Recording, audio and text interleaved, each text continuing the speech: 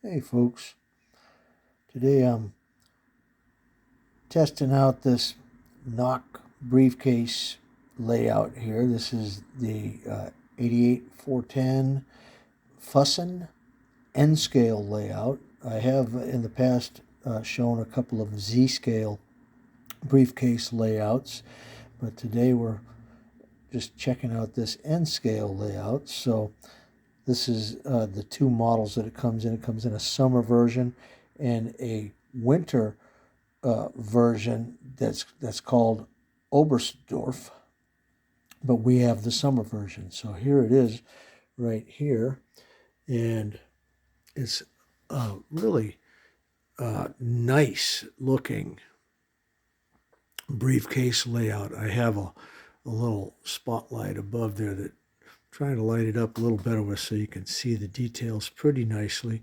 And I've got a couple of Boston and Maine trains on this layout right now. I have a freight train and a passenger train. So the freight train is being pulled by an older MRC model power. This particular model is a 260, and it is DCC and sound.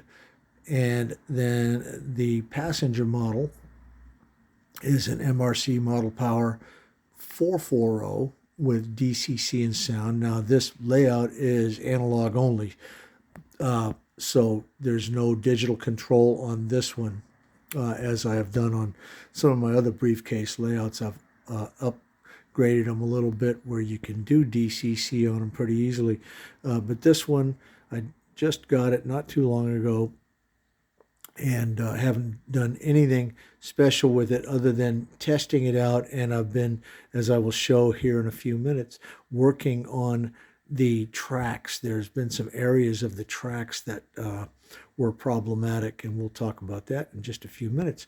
So I have, as I say, two trains on here, and we can start off by turning the lights on. There's control buttons over here. You have this control here is for the inner track. This control is for the outer track. This control turns the little town or village lights on and off. And then this control is if you wanted to control the entire double loop here with the single controller. So it switches the power over. But since we have two trains running on the layout right now, we won't be using that button there. So we'll start off with the little passenger train here. We'll get it going.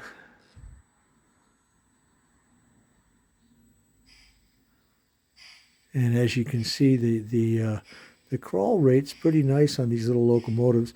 There's a lot of people that seem to not like these MRCs that had come out a number of years ago. I like them myself. I think they're very nice. Now this one you're watching right now does have one little issue that I have not fixed, and not even sure how I'm going to yet, because I've never opened that locomotive up. But the headlight on it, it's a little orange or amber type LED. It flashes. It's like there's a bad connection, or the LED is just, going bad or something, but you'll see as it comes around the corner here that LED is flashing away. It's just blinking, and this is not a pickup collector issue on the wheels or collectors.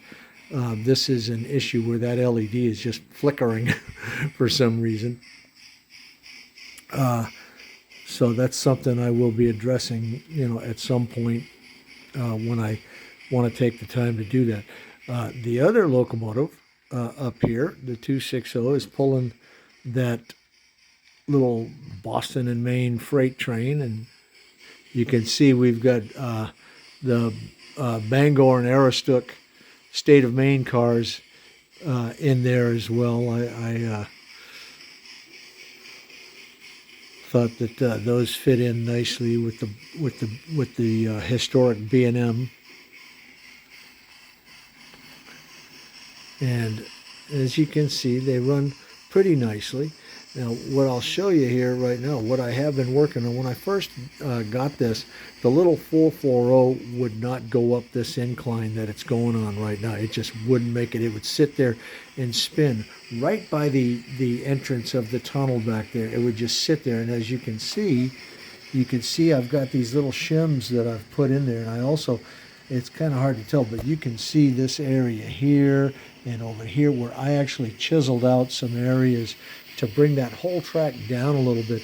And then I kind of ate up a little more than I should have and had to shim it again, just in that one spot right there. You can see these two shims, and now it travels up there. And I also have another shim here and another shim here that I put in that pretty much even that track out. And now, even at slow speeds, that little 440 locomotive is pulling that passenger car set. There's 4 cars that it's pulling there, and it's pulling them fine on that curved incline now. So I'm pretty happy with how that came out. Otherwise, on this layout, as you look, it's got a nice backdrop on it, and it's got the N scale sized storage unit up top here, where you could potentially, if you really wanted, you could put some cars and locomotives up in there if you're traveling. I wouldn't recommend it. Those things don't hold up too well. I think Noch means well with the little storage unit, but there are ways that you could reinforce that unit to make it more reliable. I did show that on one of my other smaller Z-scale briefcase layouts. It's in another video, how I reinforced that so that it would travel okay.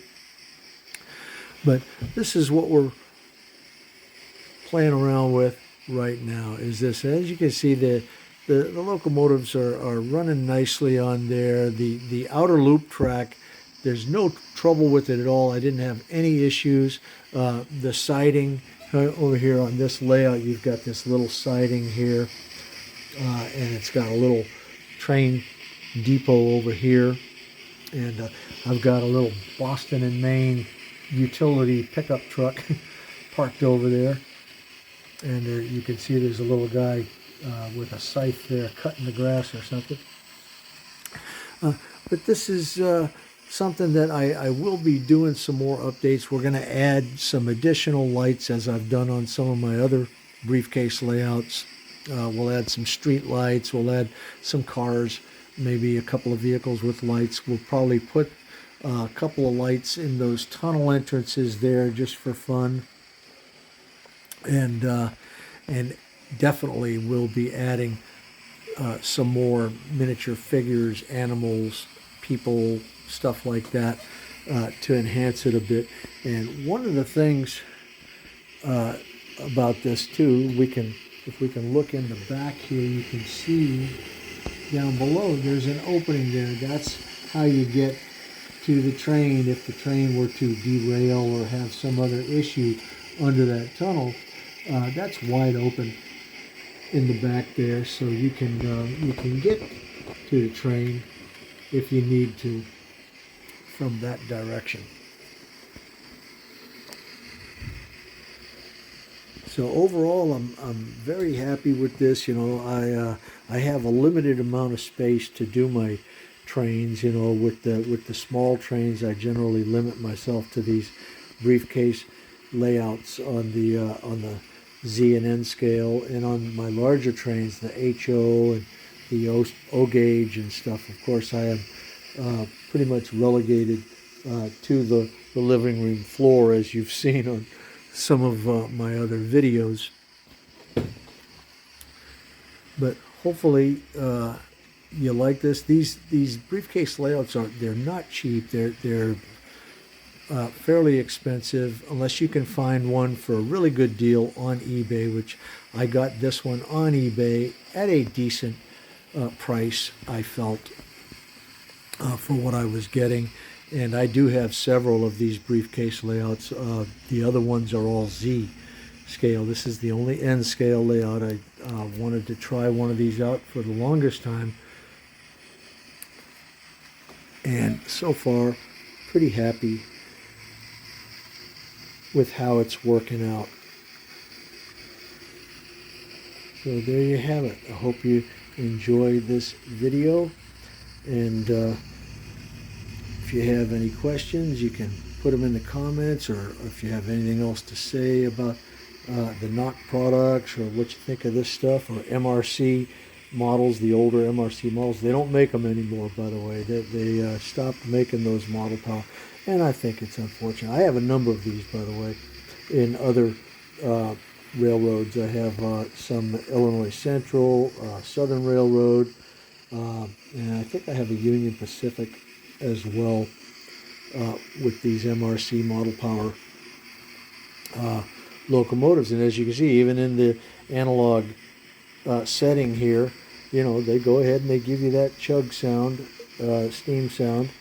So that's kind of nice, and the lights are working, and they also operate fine. And when you put it in reverse, the headlights will turn off and stuff like that. But you can see on that 440, that LED is completely off at this point. It's I think we just have a bad LED, and I'm not really sure if anybody has ever done an LED in one of these MRCs. You can certainly mention that in the comments. I'll take any hints that I can get from folks on how to fix that thing. And hope you have a good rest of your day. That'll do it for this video. Have a good one.